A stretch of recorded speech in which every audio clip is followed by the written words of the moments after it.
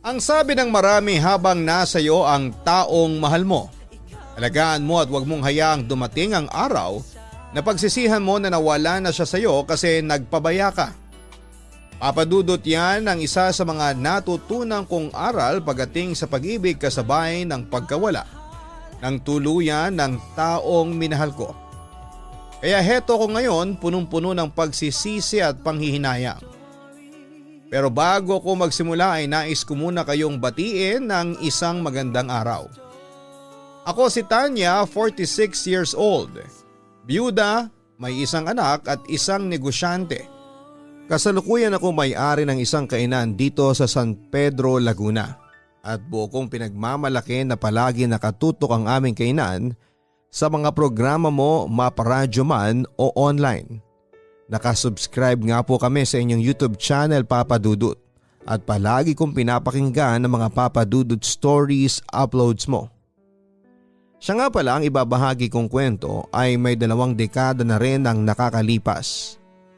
Meron ako naging boyfriend noon na itago mo na lamang siya sa pangalang Samuel. Hindi niya totoong pangalan. Galing siya sa isang mayamang pamilya sa Visayas. 3 taon din ang tinagal ng aming relasyon. Pero papadudot ayaw sa akin ang mga magulang at kamag-anak ni Samuel dahil sa mahirap lang ang pamilya ko. Dahil doon ay gumawa sila ng paraan at pinaghiwalay kami. Papadudot nung una ay pinaglaban ko pa ang pagmamahal namin pero kinalaunan ay sumuko na rin ako. Nang mga panahong ding yon ay may nanligaw sa aking lalaki. Si Rodrigo isang taxi driver. Sa hindi ko maipaliwanag na kadahilanan ay sa kanya ko nabaling ang pagmamahal ko.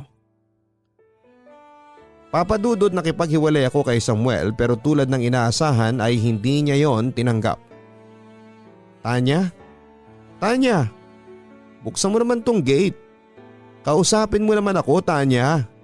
Parang awa mo na, Tanya. Huwag mo namang gawin sa akin to. Naririnig kong sigaw noon ni Samuel sa labas ng aking bahay kahit na malakas pa noon ang pagpatak ng ulan. Nung una ay nakakaya ko pa siyang tiisin.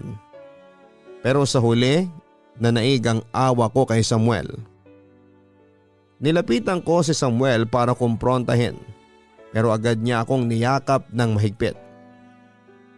Nung una ay sinubukan ko makawala ngunit sa hindi malamang kadahilanan ay hindi ko na napigilan ng aking sarili. Saglit kong dinama ang kanyang mainit na yakap sa gitna ng malamig na ulan. Ngunit agad din akong natauhan pagkaraang maalala ko si Rodrigo. Bakit ba ang kulit mo, Samuel? Ilang beses ko na ngang sinabi sa iyo na hindi na kita mahal. Sabi ko sa kanya pagkaraang kong kumalas sa kanyang pagkakayakap. Tanya, mahal na mahal kita. Makipagbalikan ka na sa akin. Mangiyak-ngiyak na wika ni Samuel. Bakit mo ba pinipilit sa akin ang sarili mo? Samuel, hindi na kita mahal. Ayaw ko nang makipagbalikan sa iyo. Ano?